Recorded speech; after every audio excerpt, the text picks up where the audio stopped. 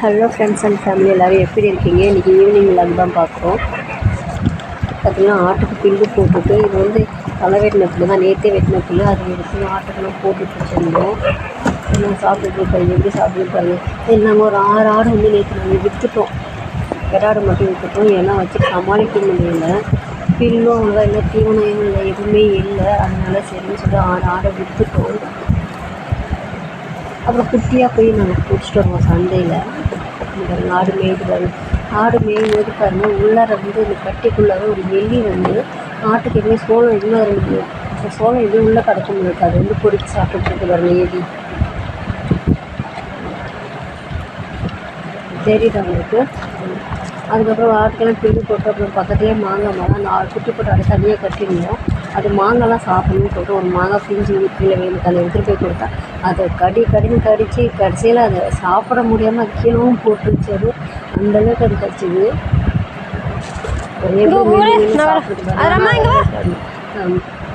மெல்ல முடியல, கீழே போட்டு அந்த பழுப்பு சந்தெல்லாம் மாட்டிக்கிச்சு. அதனால் நான் கையில் எடுத்துக்கிட்டேன். அது எப்படி கடிக்குது பாருங்கள் மாம்பழத்தை. மாங்காய் பிஞ்சு தான் அது.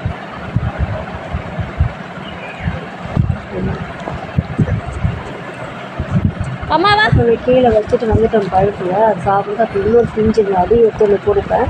அதையுமே சாப்பிட்றோம். கடைசியாக அதை வாயில் நுழைய முடியாமல் கடிக்க முடியாமல் அது கடைசியாக கீழே போட்டு வந்தோம் மாங்காய் பிஞ்சியை.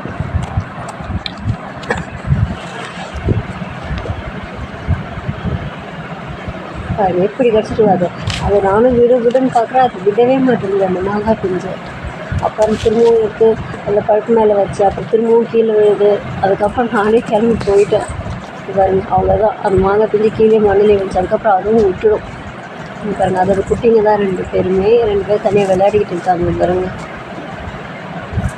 ஆட்டுக்குட்டியை பார்த்தாலே போதும் எங்கள் பசங்க விடவே மாட்டாங்க, தூக்கி கழுத்தை நெரிச்சு அது ஒரு வழி பண்ணிடுவாங்க.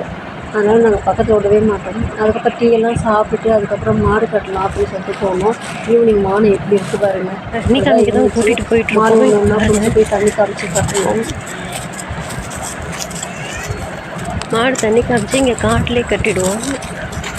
எப்பவுமே வீட்டு பக்கத்துலேயும் கட்டுவோம். இந்த தடவை வந்து பக்கத்துலேயே அங்கே மோட்டர் பக்கத்துலேயே தண்ணி எடுத்துட்டு அப்படியே கட்டிடலாம், காட்டிலே கட்டிடலாம். இங்கேயே தண்ணி ஒரு ட்ரம்மு நெல்லை வைக்கிற தண்ணி வச்சுட்டு போகுது. ட்ரம்மு வந்து நெல்லை வைக்கிற ட்ரம்மு.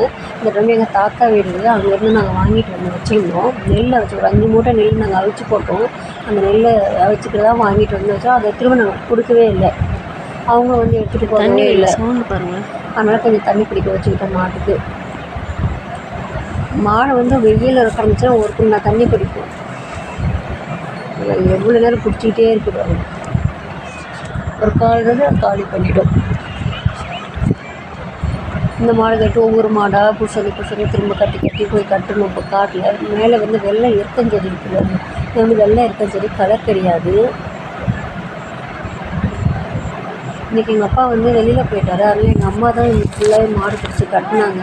நானும் ஹெல்ப் பண்ணணும் அப்படின்னு சொல்லிட்டு தான் போனால் பாப்பாங்க 2 பேர் தாத்தா கிட்டே உட்காந்துருந்தாங்க. காட்டில் தான் அவங்களும் உட்காந்து விளையாடிட்டு இருந்தாங்க. ஏன்னா அப்புறம் அம்மாவில் மட்டும் இத்தனை மாட்டையும் பிடிச்சி தனியாக கட்ட முடியாது, நடந்து கால் வலி வந்துடும். அதனால் நானும் கொஞ்சம் ஹெல்ப் பண்ணேன். ஒரு 5 மாடு எடுத்துகிட்டு போய் ஒரு மாடை தண்ணி காய்ச்சி கொண்டு வந்து கட்டினேன். இந்த கண்ணோட்டி ரொம்ப தண்ணி தாகம் முழுக்கி இது இழுத்து கிராச்சிட்டு ஓடி போயிடும். அதில் ஓடி போய் எனக்கு மூச்சாக வாங்கிடும், அது குடிக்கவே முடியாது. அப்போ எல்லா மாடையும் தண்ணி காமிச்சு கட்டிட்டு அப்போ நான் வீட்டுக்கு வந்தேன். வீட்டுக்கு வரும்போது இப்படி தான் இருந்தது.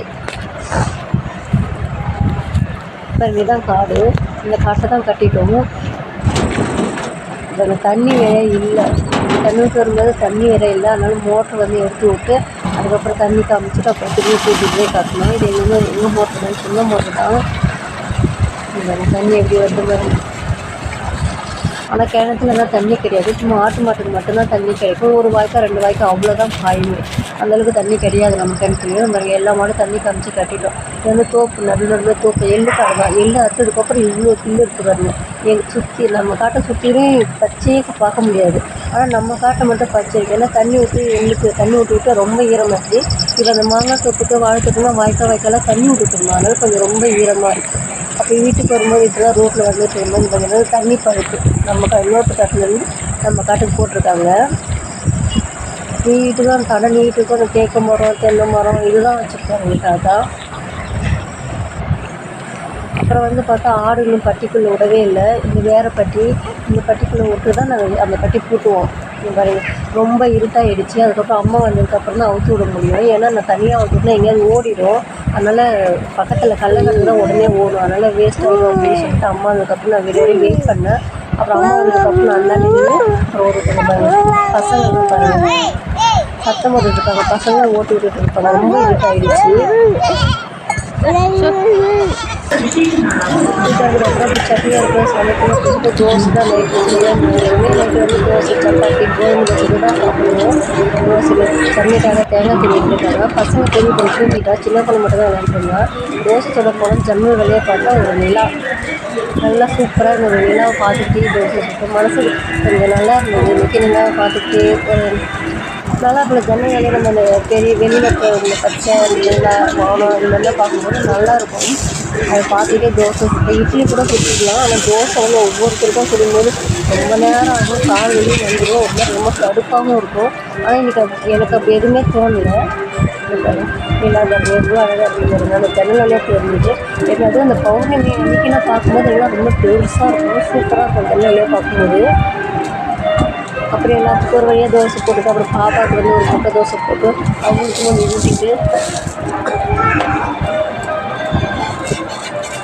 அப்புறம் சட்னியும் அரைச்சிட்டு அதுக்கப்புறம் தான் நாங்கள் சாப்பிட்டுட்டு போய் தூங்கணும்.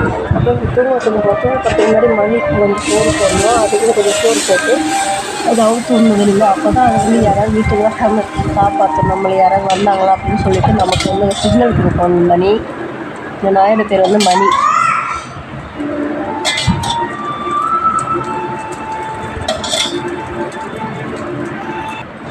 தோசை தான் நான் ஊற்றுவேன். இப்போ வந்து பாப்பாவுக்கு ஊற்றிட்டுருக்கோம். ஒவ்வொருத்தருக்கும் ஒவ்வொரு தோசை. வீட்டில் ப்ளைன் தோசை தான் ஊற்றுவேன். பாப்பாவுக்கு வந்து பெரிய பொண்ணுக்கு வந்து முட்டை சாப்பிட மாட்டாள். அவங்களுக்கு மட்டும் நெய் தோசை நிறைய நெய் ஊற்றிக்கணும். ஆனால் அவனுக்கு சாப்பிடல தூங்கிட்டா. அப்புறம் சின்ன பொண்ணுக்கு மட்டும் ஒரு முட்டை தோசை கொடுப்பேன். அது கூட அது மேலே கொஞ்சம் நல்லா மிளகு ஒரு 4 வைப்பேன். எப்பயுமே மிளகு வைப்பேன் நான். அதை அவன் சாப்பிட மாட்டான். ஆனால் கொஞ்சம் பார்க்க நல்லா இருக்கும் அப்படின்னு சொல்கிறதுக்காக வைப்பேன் நான். அதை நான் எடுத்து சாப்பிடுவேன். அதுக்கப்புறம் பக்கத்துலேயே வந்து சட்னிக்கு தாளிச்சிட்டு இருந்தேன். தாளிச்சிட்டு அப்புறம் அவ்வளோதாங்க. இது வேலை முடிஞ்சிருச்சு. அப்புறம் சாப்பிட்டு அதுக்கப்புறம் தூங்க வேண்டியது தான். அப்போ காலைல எழுந்து மறுபடியும் அதுக்கு முதல்ல வேலையை பார்க்க வேண்டியது தான். இந்த தேங்காய் சட்னி தான் இன்றைக்கி நாங்கள் அரைச்சிருந்தோம். இந்த வீடியோ பிடிச்சிருந்தா ஷேர் பண்ணுங்கள், லைக் பண்ணுங்கள், சப்ஸ்கிரைப் பண்ணுங்கள்.